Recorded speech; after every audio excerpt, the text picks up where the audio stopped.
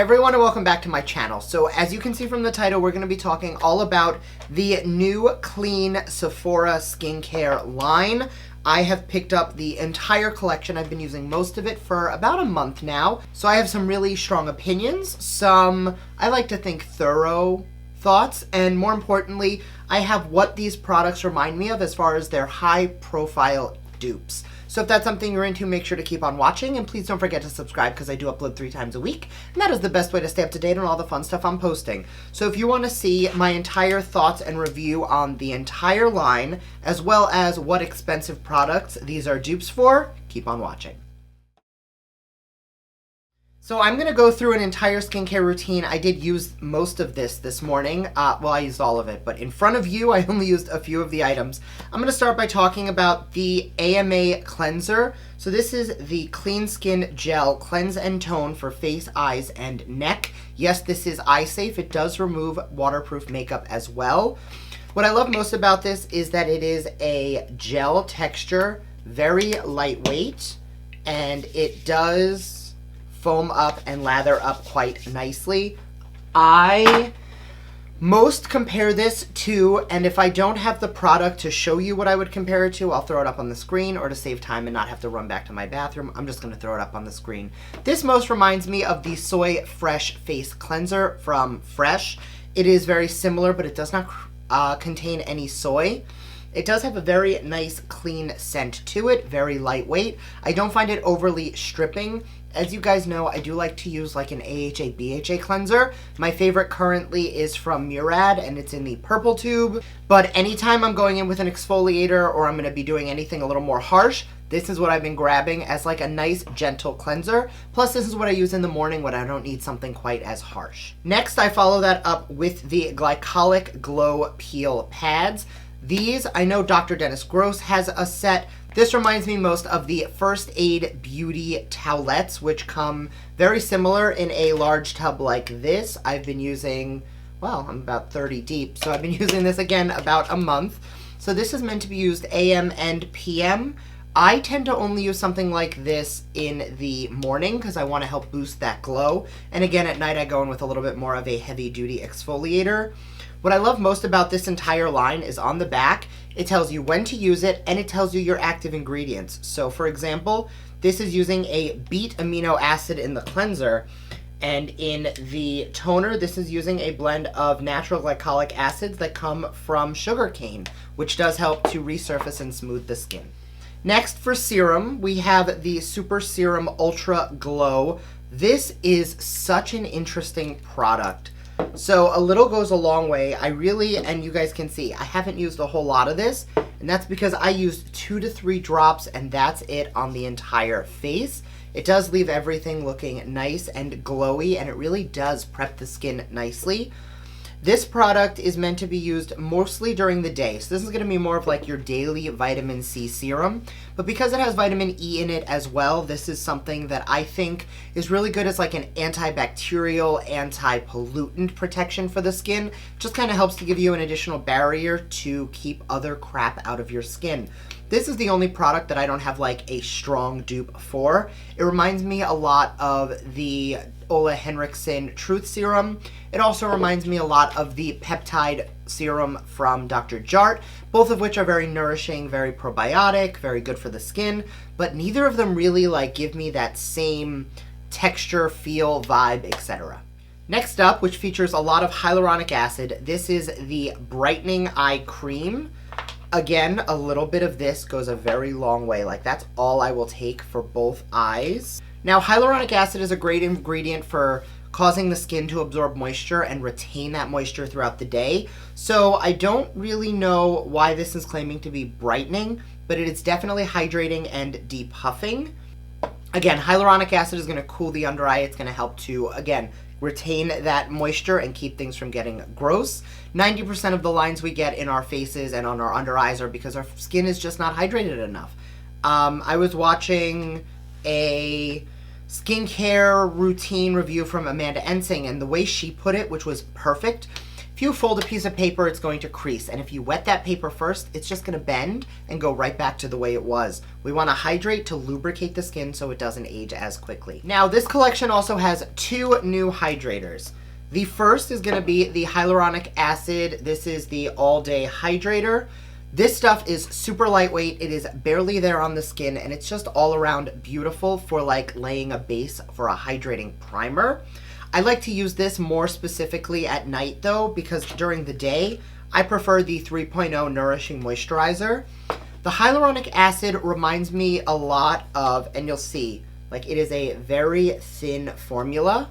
This actually reminds me a lot of except it doesn't have coconut, but it does remind me of the Too Faced Hangover Primer because it is deeply nourishing, deeply hydrating, and it does leave a little bit of a tacky base for your makeup application.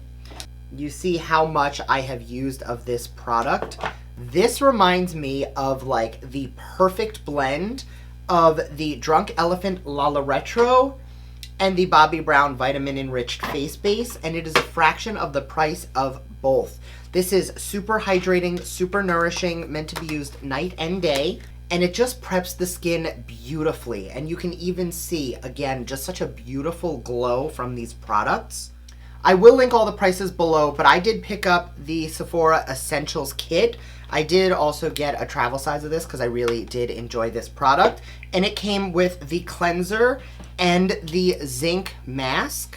I have spoken on my channel before about the Sephora Collection Purifying Mud Mask, which reminds me of a dupe for the Glam Glow Super Mud.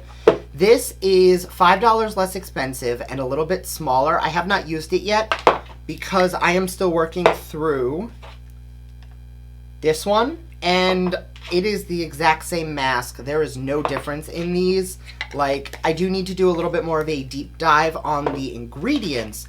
However, the smell, the texture, everything else is nearly identical. So I love this mask as a dupe for the Glam Glow, and for the price, so much more affordable.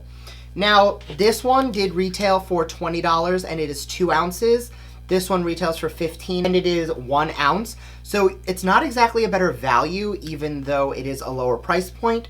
But I did get that a lot of people, I guess, weren't so quick to spend $20 on something from Sephora Collection, when $15, it's just a little bit more inviting of an entry-level price point. Next, we have the AMA Amino Acid Deep Hydrator. So this is a gel mask, and you can tell just from the texture, this looks, smells, feels just like the Laneige. I always say it wrong because I never know what it actually is, but the Laneige Sleeping Mask, which is a water moisturizer for overnight. It is meant to be used once to twice a week, and this definitely leaves the skin deeply hydrated. You're meant to put a nice thick layer of this on the skin, leave it for 15 minutes, and then rub it in. And I genuinely love to use a product like this when I am going in with either a harsh physical or chemical exfoliator. The cucumber essence, which you can really very strongly smell the cucumber, does help to just calm and soothe the skin. Again, especially if you're going in with any of those really harsh exfoliating ingredients. And the last 2 things we're going to talk about are the 2 new sheet masks. The first is the peeling mask, which is a glow booster, which is very similar ingredient-wise to the glycolic peel pads. This line definitely is good for doing some light exfoliation. I will not say that these are harsh like the Dr. Dennis Gross peel pads come in 3 different steps with 3, 5, and 7 of the acids. I use the 7, which are the harshest. This reminds me more of like the 3. Very gentle, so if you are not used to actively exfoliating your skin all too often, this is probably going to be a good entry-level exfoliant for you. But the freezing mask is what excited me the most. This one I used last night, and I kind of wish I would have used it this morning. It is a hydrogel mask that claims to plump and hydrate the skin while also minimizing and almost eliminating pores on the face. Now, this is supposed to have an instant toning effect, and I definitely saw that. I did get ready today, and I did not use a blurring primer at all. I only used a little bit of like a mist primer, and I am really happy with how everything is looking. Yes, some of my pores are a little accentuated, but again, if I would have used this in the morning as opposed to last night, I definitely would have seen a much bigger difference. So I am going to link the price points down below, but nothing in this collection retails for over like 20 bucks. I know that the peel pads I think were $15. This I think was $15.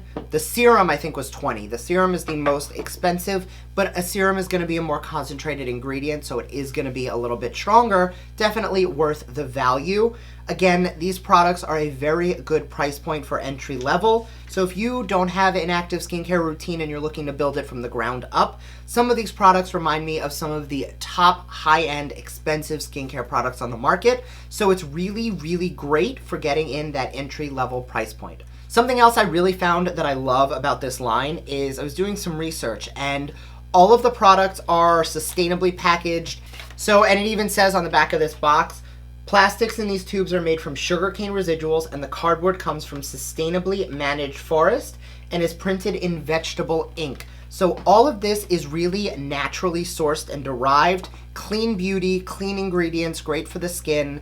Hands down, I would definitely recommend every single item here. You're gonna see me continue to use it. I have been using this stuff pretty much exclusively on its own for the past month, but I am gonna start mixing in some of my other favorite products, seeing what I like more versus what I like the same.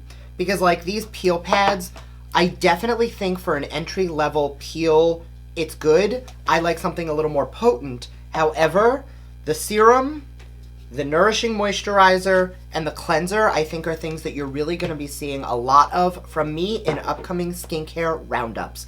So I hope you guys enjoyed this video. If you did, make sure to give it a thumbs up and let me know down below what from this collection are you excited to get your hands on. And also let me know what, if you've tried these, are some of the dupes that you might have found, because this is supposed to be a dupe for like the Lala Retro Cream.